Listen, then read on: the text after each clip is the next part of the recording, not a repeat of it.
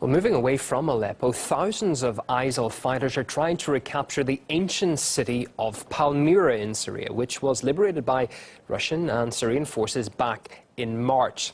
Now, Syrian troops have launched a major counter-offensive.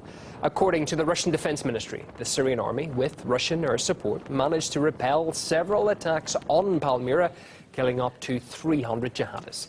Nikki Yaron looks at how the battles unfolded. Over 4,000 Islamic State terrorists have launched this latest offensive to retake the ancient city. And Palmyra is not only a key Syrian city, it's also a symbolic city to Islamic State, because this was the group's former stronghold before the city was liberated in March this year.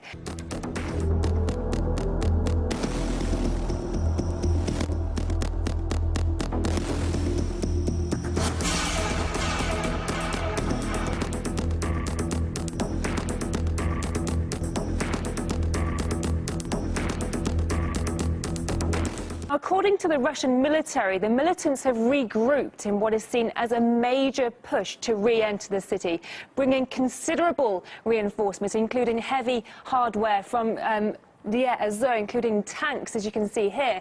It's believed the group is also receiving support from jihadists coming from neighbouring Iraq. We can only assume that most of them have come down from Raqqa and then before that originally Mosul. You have to remember that Mosul in the early months of the campaign was quite open, and there were many so-called rat lines.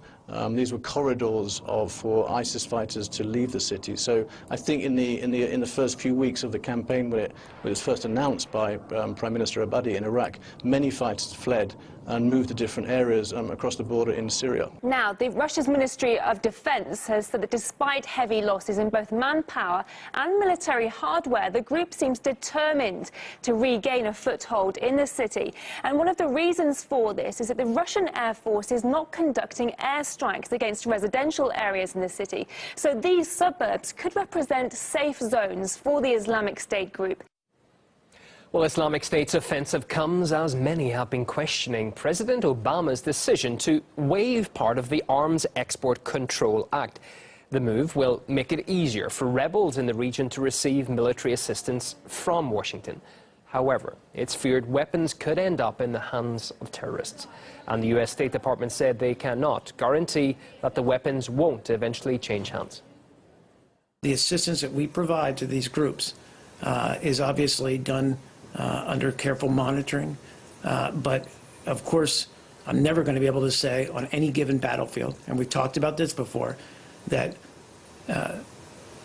equipment, assistance can't change hands, but we haven't seen it recently, and in fact, to the contrary, as ISIL has lost territory, as it's been on the run. Obama signed an executive order to rearm the terrorist forces right now.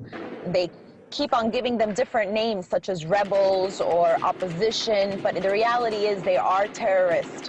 And that is very wrong, but it's put in the risk not just of the civilians, but also the armies that have been there fighting, trying to combat terrorism. It really makes me question whose side is the current United States administration on. We've been about this. It's going to be 6 years. This is ridiculous. Another aspect, the Reuters news agency has been reporting on ISIL's attempts to retake Palmyra. However, in the article, it surprisingly seems to avoid using the term terrorist, but instead labels Islamic State as militants, while the report itself cites the Amaq news agency as a source. Now, that's important because Amaq is considered to be Islamic State's propaganda machine. It appeared in 2014 and has become notorious for releasing ISIL claims about terrorist attacks. It also posts videos of the terrorist massacres and executions. In fact, a cameraman for Amaq was the first to record the capture of Palmyra by ISIL last year. Well, we sought reaction on this, and we got it from Lionel, a legal and political analyst, on using sources affiliated to terrorists. This is what he had to say. Well, what's happening right now is there is a shapeshift.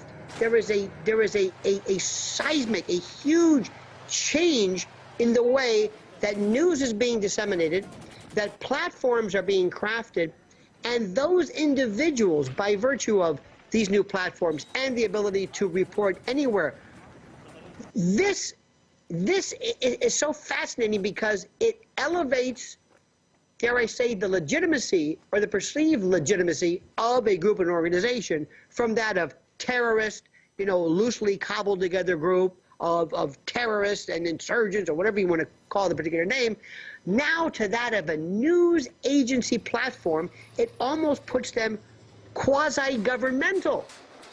It's as though you seek new elevation, new legitimacy, new recognition of a group by virtue of the platform that they report from.